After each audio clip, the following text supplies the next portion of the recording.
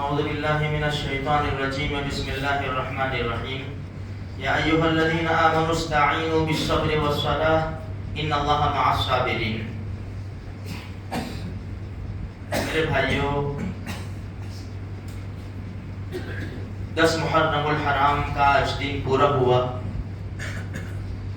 یہ وہ بڑا برکت والا دن ہے جو پہلے سے مبارک اور برکت والا چلا آ رہا ہے۔ نواسہ رسول کی شہادت نے اس کے اوپر 4 چاند لگا دیے۔ ہم نے گزشتہ کل سنا کہ جب رات کا وقت ملا پوری رات عبادت میں لگائی، جب صبح کی پو پھوٹی، آمنے سامنے صفیں تیار ہے، دشمن تو مارنے مرنے کے لیے تیار تھا، اس لیے کہ امام حسین رضی اللہ تعالی عنہ نے یزید کے ہاتھ کے اوپر بیعت کرنے سے انکار کر دیا کہ یہ نہیں ہو سکتا، اس سے تو مر جانا اچھا ہے۔ جب صبح ہوئی تو پہلے سمجھایا، امام حسین رضی اللہ تعالی عنہ نے سمجھایا، زہیر ابن قیم رضی اللہ تعالی عنہ نے سمجھایا، حر ابن یزید تمیمی جو پہلے یزید کے لشکر میں تھے، عمرو ابن سعد کے لشکر میں تھے، پھر اللہ نے ان کو توفیق دے دی، ہدایت دے دی، وہ حضرت حسین رضی اللہ تعالیٰ عنہ کے لشکر میں آ گئے۔ انہوں نے بھی جا کر کوفہ والوں کو سمجھایا، لیکن سر کے اوپر ایک نشہ سوار تھا، کوئی سمجھنے کے لیے تیار نہیں ہے۔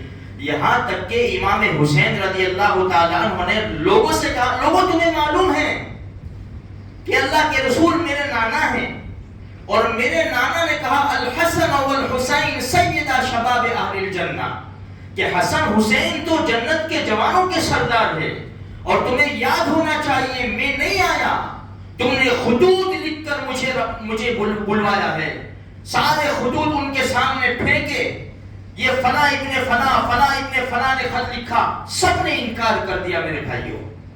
خیر نتیجہ یہ ہوا، وہ نالائق شمر ذی الجوشن تھا، اس نے تیر چلا دیا، لڑائی شروع ہوئی، جانباز نکلے، شہسوار نکلے، سورما سے سورما ٹکرائے، خون کے فوارے چھوٹنے لگے، مسلم بن اوسجہ رضی اللہ تعالیٰ عنہ زخمی ہو کر گرے، حبیب ابن مطہر رضی اللہ عنہ آگے بڑھے، مسلم تمہیں مبارک ہو، تمہیں جنت کی خوشخبری ہو، میں پوچھ لیتا تم سے کہ تمہاری وصیت کیا ہے، لیکن مجھے بھی تمہارے پیچھے آنا ہے۔ تو کہنے لگے مسلم بن اوسجہ، ہاں میری ایک وصیت ہے۔ فرمایا بولو کیا ہے؟ حبیب ابن مطہر بولو کیا ہے؟ امام حسین رضی اللہ تعالیٰ عنہ کی طرف اشارہ کر کے کہا، جب تک جسم میں جان رہے ان کی حفاظت کرتے رہنا۔ کہا ٹھیک ہے، لیکن آگے چل کے وہ بھی شہید ہو گئے میرے بھائیوں۔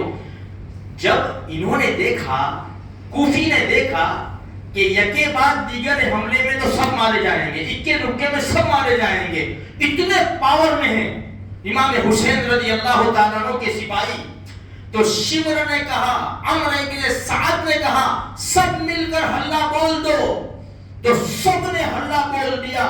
یہاں سے بھی گھمسان کی لڑائی شروع ہوئی، لڑائی چلتی گئی، سر دھڑ سے کٹ کر گرنے لگے، ہاتھ پاؤں چھوٹے ہونے لگے، خون کے فوارے چھوٹنے لگے، تیروں کی سنسناہٹ، تلواروں کی جھنجھناہٹ، گھوڑوں کی ہنہناہٹ، پورے میدان کے اندر ایک شور برپا ہو گیا۔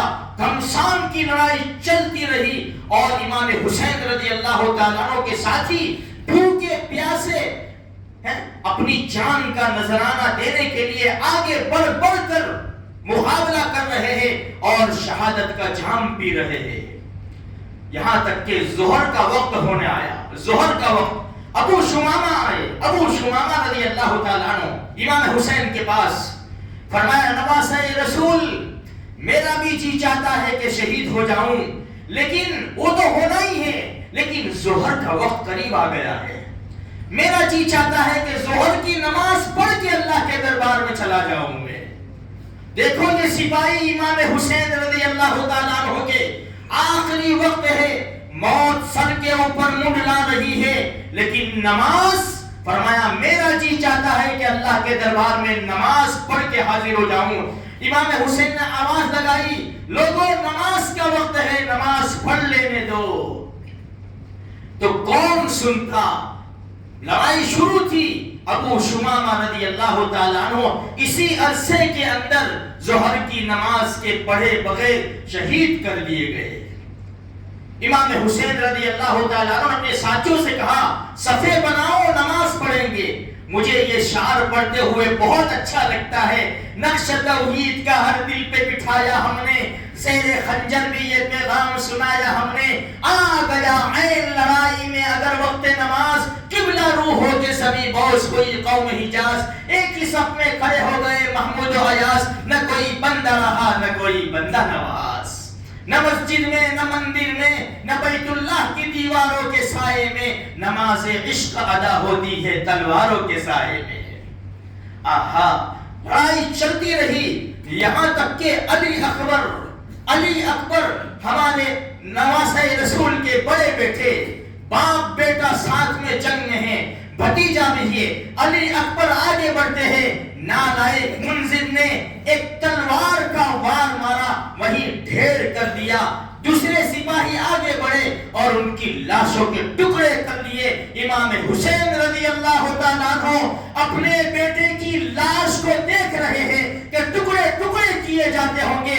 تفسیر کتابوں میں لکھا ہے، واحد ایسی شخصیت ہے امام حسین رضی اللہ تعالیٰ عنہ کہ دیکھ رہے ہیں کہ اپنی اولاد اپنی آنکھوں کے سامنے شہید کی جا رہی ہے، بھوک ہے، پیاس ہے، لیکن صبر کا پہاڑ ہے کہ جنگ کے میدان میں ڈٹا ہوا ہے۔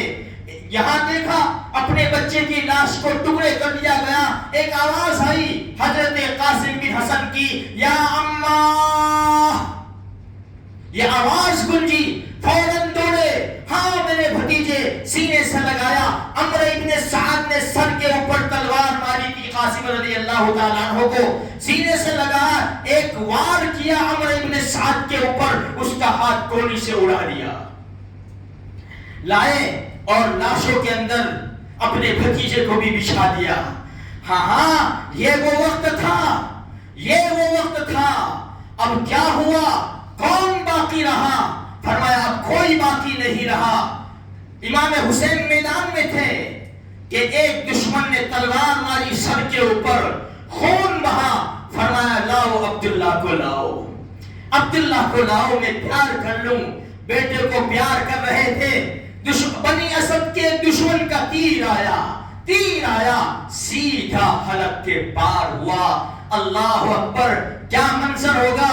خون کو ہاتھوں میں لیا، زمین پر بکھیرا۔ اے اللہ ان سے بدلہ لے لے۔ یہ آواز نواسہ رسول کی کربلا کے میدان میں گونجی ہے۔ میرے بھائیوں، کوئی باقی نہ رہا۔ امام حسین رضی اللہ تعالیٰ عنہ میدان میں آتے ہیں، چیخ و پکار ہوتی ہے، آوازیں آتی ہے رونے کی۔ بہن زینب رو رہی ہے، سکینہ رو رہی ہے، ساری خواتین رو رہی ہے، اس لیے کہ لاشوں کا انبار پڑا ہوا ہے۔ چھوٹا علی اصغر بھی چلا، بڑا علی اصغر اکبر بھی چلا گیا، معصوم عبداللہ بھی چلا گیا، بھائی بھی چلا گیا، بھتیجا بھی چلا گیا، سب چلے گئے۔ اب بھائی کی باری ہے۔ بھائی آپ چلے جاؤں گے، کس کے حوالے کر کے جاؤں گے؟ نصیحت فرمائی، نواسہ رسول نے نصیحت فرمائی، صبر کر جاؤ، چیخ و پکار مت کرنا، گریبان چاک مت کرنا، منہ پر تماچے مت مارنا، صبر کر جاؤ۔ میدان میں جب آتے ہیں، یہ شیر خدا کا لاڈلا بیٹا، یہ بھی شیر تھا، خود دشمن کہہ رہا ہے، ہر طرف جہاں چاہتے بھاگتے ہوئے دشمن نظر آتے۔ عمرو ابن سعد نے کہا تمہیں کیا ہو گیا، سب ساتھ مل کر حملہ کرو۔ ایک نالائق نے تلوار کا وار کیا، گرے، چاروں طرف سے حملہ ہوا، چاروں طرف سے۔ وہ نواسہ رسول جس کو اللہ کے رسول نے چوما تھا، جس کو سونگھا تھا، جس کو کندھوں پر بٹھایا تھا، جس کو پیٹھ پر سوار کیا تھا، فرمایا حسین منی وانا من حسین، حسین مجھ سے ہے اور میں حسین سے ہوں، جس نے حسین کو تکلیف دی اس نے مجھے تکلیف دی ہے۔ فاطمہ حسین کا خیال رکھو، حسین روتے ہیں تو مجھے تکلیف ہوتی ہے۔ آج یہ امت نے کیا کر دیا، ان کو شہید کر دیا، 34 زخم تلوار کے، 33 زخم نیزے کے اور تیر کے الگ تھے میرے بھائیوں۔ کیا سپہ سالار تھے، کیا بہادری دکھائی تھی، اتنے زخم کھانے کے باوجود دشمن تھرا رہا ہے، میدان کارزار گرم ہے، چاروں طرف سے حملہ کیا گیا، امام حسین رضی اللہ تعالیٰ عنہ کو شہید کیا گیا۔ خولی سے کہا سر کاٹ لے، آگے بڑھا، اس کے ہاتھ تھرا گئے۔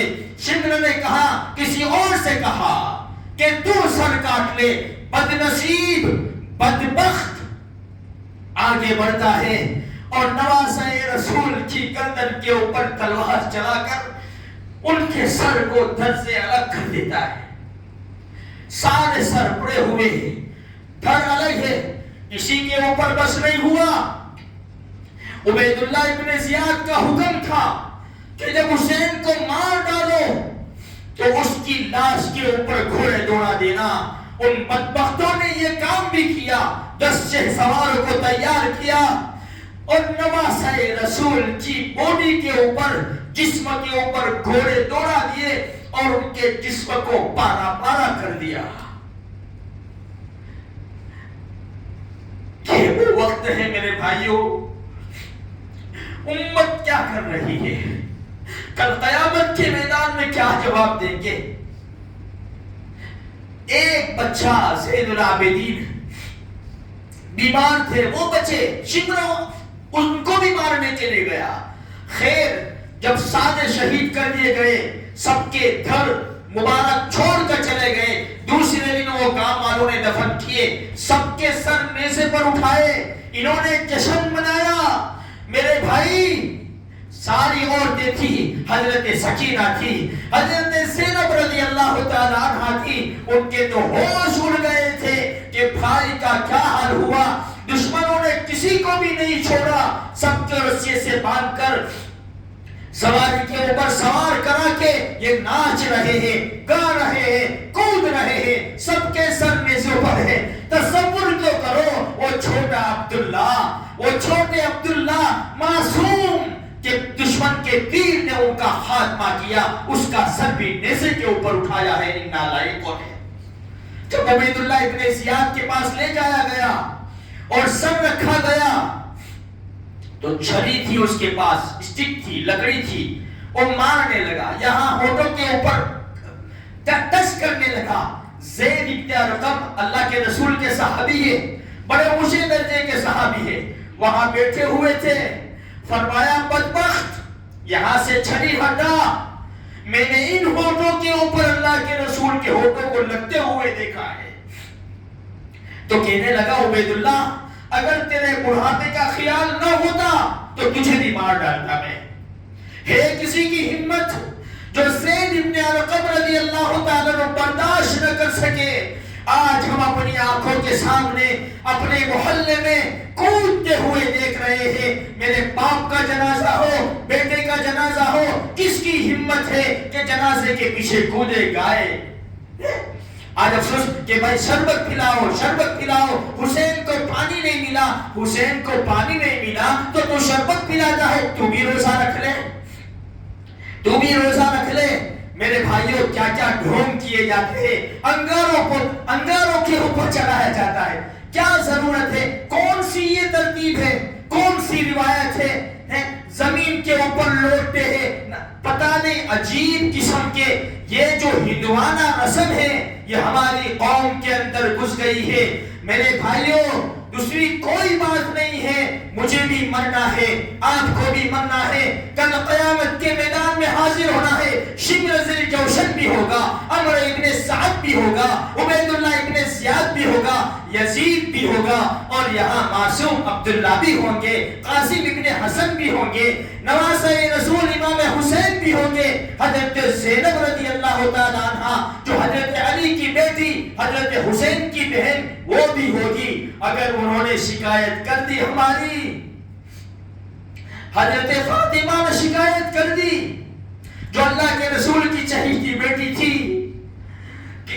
کہ اللہ اپنے باپ سے شکایت کر دی, ابو یہ تمہاری امت میرے بیٹے کی میت کے اوپر, میرے بیٹے کی شہادت کے اوپر جشن منا رہی تھی, نئے کپڑے پہن رہی تھی, ناچ رہی تھی, کود رہی تھی, بتاؤ تو صحیح ہمارے لیے بچنے کا راستہ کیا ہے؟ ہوش میں آؤ, ہوش میں آؤ میرے بھائیوں, آج بھی وقت ہے, آج بھی وقت ہے. ضد کے اوپر زندگی مت گزارو, اللہ کو راضی کرنے کی کوشش کرو, اللہ کے رسول کو راضی کرنے کی کوشش کرو. ہمارے دامن میں نیکیاں نہیں ہیں, ہمارا دامن خالی ہے, ہمیں محمد رسول اللہ کا سہارا کافی ہے. لیکن کب؟ جب ہم نے اللہ کے رسول سے محبت کی ہوگی, اللہ کے رسول کے نواسوں سے سچی محبت کی ہوگی, اہل بیت سے محبت کی ہوگی, تب اللہ کے رسول کی شفاعت کم آئے گی. تو میرے بھائیوں, یہ خلاصہ ہے, یہ خلاصہ ہے کہ عبید اللہ ابن زیاد بھی, عمر ابن سعد بھی, یہ سب قیامت کے میدان میں حاضر ہوں گے. اس لیے مہربانی کر کے اپنی جان کے اوپر رحم کھاؤ, اپنے دوست احباب کو, اپنے محلے والوں کو, کے بچوں کو سمجھاؤ کہ بیٹا اگر ہمارے گھر میں جنازہ ہو, ڈی جے بج رہا ہو, سامنے سے آ رہا ہو, پتا چلے کہ سب ٹوپی پہن کر کھڑے ہیں, کیا ہے بھائی ہمارے گھر میں میت ہو گئی ہے, بند کر دو, ہاں چلو بھائی سکون سے یہاں سے چلے جاؤ, یہ گھر میں میت ہو گئی ہے, آگے جا کے ڈی جے بجائیں گے. ہم سب سمجھ سکتے ہیں میرے بھائیوں. بس اللہ تبارک و تعالیٰ سے دعا ہے اللہ ہمیں سچا عاشقان حسین بناوے, اور ہم مسلمانوں کی, ہم گنہگاروں کی طرف سے کربلا میں بھوکے پیاسے شہید ہونے والوں کو اللہ تبارک و تعالیٰ ہم گنہگاروں کی طرف سے بہترین بدلہ نصیب فرماوے, اور پورے سال ہمیں اللہ تبارک و تعالیٰ یہ توفیق نصیب فرماوے کہ ہم نواسہ رسول کو یاد کریں. ہماری کم نصیبی ہے, 10 دن یاد کرتے ہیں, پھر کل سے نسیہ منسیہ, بھول بھلیا, کون حسین تھے, کیا کربلا تھا, سب بھول جاتے ہیں. کوئی رفتار بے ڈھنگی جو پہلے تھی سو اب بھی ہے. ہم وہ قوم نہیں ہیں, ہمارے اسلاف کو ہم ہمیشہ یاد رکھنے والی ہے اور ان کا فالو کرنے والی ہے. اللہ تبارک و تعالیٰ کئی سنی باتوں کے اوپر ہم سب کو مل کر عمل کرنے کی توفیق عطا فرمائے.